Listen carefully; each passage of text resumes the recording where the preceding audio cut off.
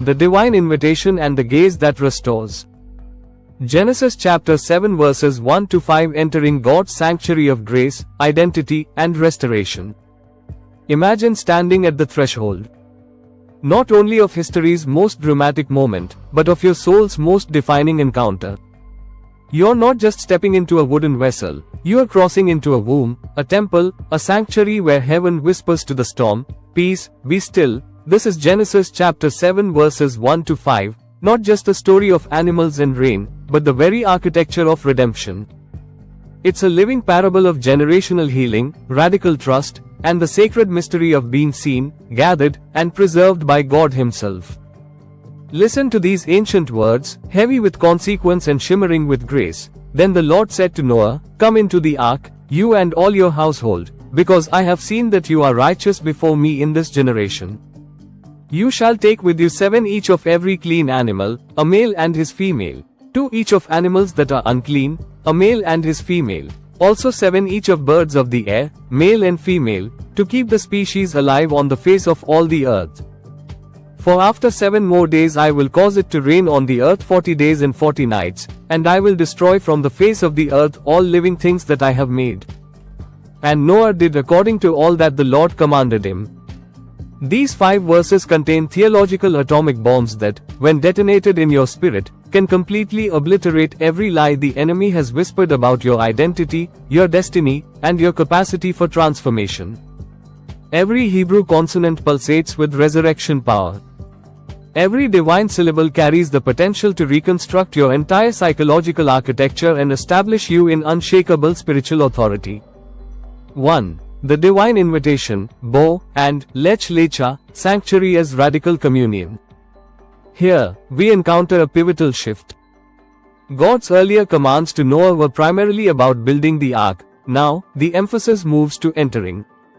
This isn't a reluctant retreat from judgment but an invitation into intimacy. The Hebrew word for come here is bo, which literally means enter or go in. But notice something extraordinary. God doesn't just say, "Go into the ark." He says, "Come into the ark." This simple word reveals the very heart of our Father. It's the same word used when God calls Moses to come up Mount Sinai, when He invites Isaiah to come and reason together, and when the bridegroom calls his beloved to come away in Song of Songs. The ancient rabbis saw this as God speaking from within the ark itself, not commanding from a distance, but welcoming from within.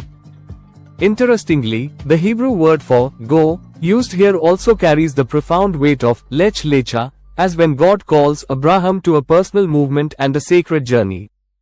This dual aspect emphasizes both God's intimate presence within the refuge and the active, personal step of faith required to enter. This is not escape. This is embrace. It's a mystical and psychological revelation. God is already in the place of shelter. He is the safety. He is the womb. The ark becomes a cosmic temple, echoing Eden, anticipating the Holy of Holies, where brokenness is cradled in divine presence. Saint Maximus the Confessor, the great Orthodox theologian, understood this as perichoresis, the divine dance of intimate communion between God and humanity. When God says, "Come," He's not commanding from a distance. He's extending His very essence, inviting you into the eternal fellowship of the Trinity itself. This is the threshold of faith where preparation meets trust, and building yields to abiding. Now, let's delve into the deeper layers of bo. The Hebrew word bo contains the numerical value of 8, bet equals 2, vav equals 6, representing new beginnings beyond the 7-day cycle of natural creation. When God says bo, He's not just inviting Noah into physical space, He's opening a portal into the 8th dimension, the realm where divine life operates beyond the constraints of time, space, and natural limitation. The Kabbalistic tradition teaches that bo activates what they call rishimu, the divine imprint that remains after God contracts His infinite presence to make room for creation. When God invites Noah to come, He's actually expanding that divine space to accommodate human participation in His own eternal being.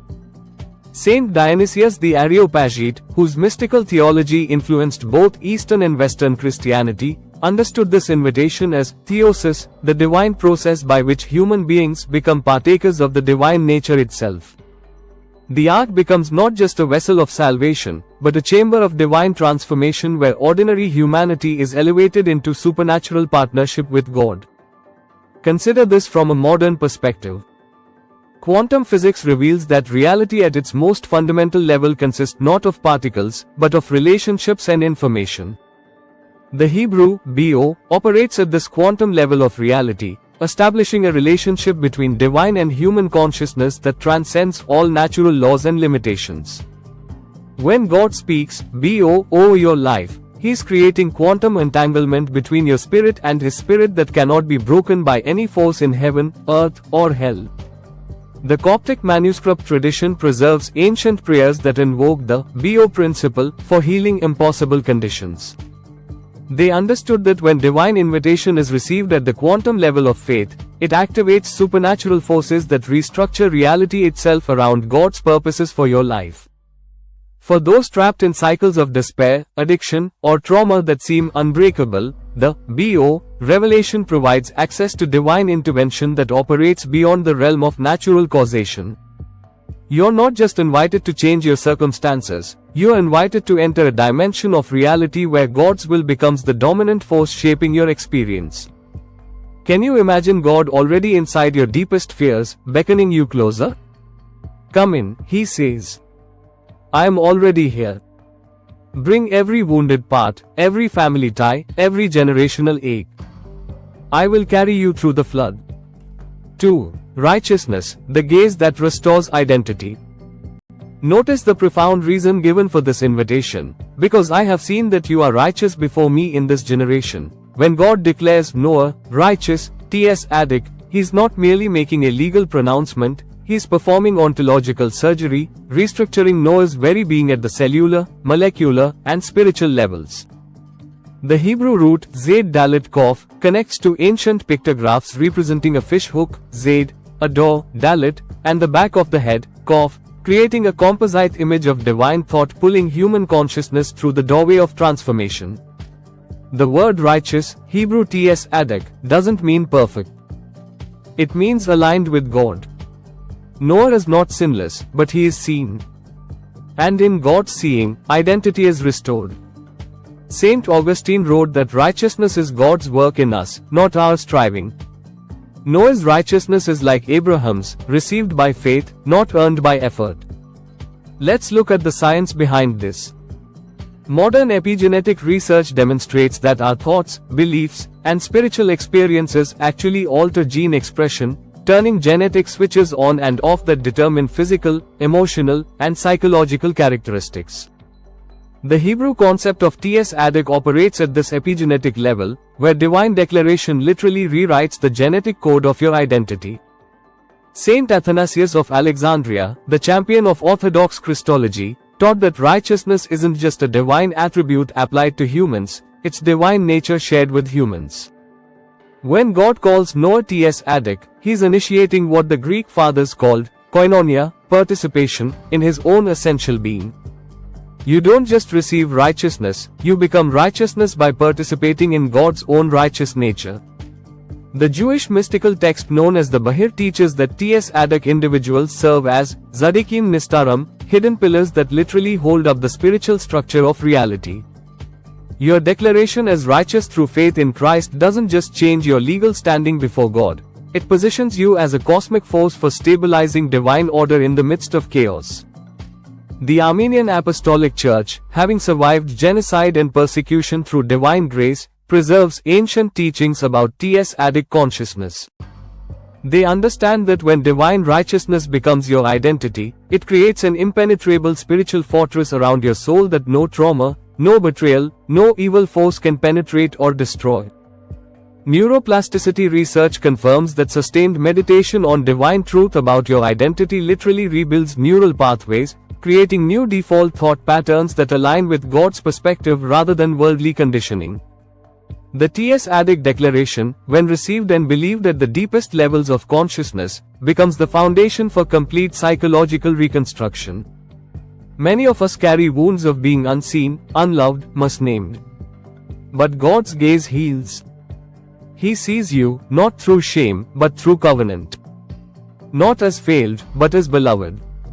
For those whose identities have been shattered by abuse, rejection, or failure, the T.S. Adick revelation offers total identity reconstruction. You are no longer defined by what was done to you, what you've done, or what others think about you. Your identity flows directly from God's own nature, making you as stable, secure, and unshakable as God Himself. Healing Reflections and Soul Invitations for Video 1. As these quantum spiritual truths penetrate the deepest chambers of your consciousness, allow them to initiate the same metamorphic transformation that Noah experienced. You are not just learning biblical information, you are receiving divine downloads that can completely restructure your spiritual DNA, rewire your psychological architecture, and position you for supernatural authority in God's eternal purposes. You are not a victim of circumstances beyond your control. You are a recipient of divine invitation to safety and new life. You are not defined by the storms you've weathered, you are defined by the ark of salvation in which you now dwell. You are not required to face life's challenges in your own strength, you are empowered by the same divine wisdom that preserved Noah's family through the greatest catastrophe in human history. You are not alone in your struggles, you are surrounded by the love of God, the presence of Christ, and the community of faith that spans generations and cultures. Ask your soul, what part of you still waits outside the ark? What fears or shame call you unclean and unworthy? God says, come into the ark, the door is open. Christ Himself is waiting within. You are seen. You are gathered. You are preserved. The storm will not destroy you, it will carry you into a new creation. Identity Activation and Affirmations for Video 1. I am not defined by my wounds, I am being restored in the sanctuary of Christ. I don't have to exile my brokenness, it belongs in the ark of healing. God is already waiting in the place of refuge. Outro for Video 1, a living ark for a new world. The ark floats not on effort, but on mercy. Not on fear, but faith. This story is not just ancient, it's your story. Today, you are invited into Christ's ark, into refuge, into identity, into healing. If this message stirred your soul, subscribe, like, and share it with someone longing for sanctuary.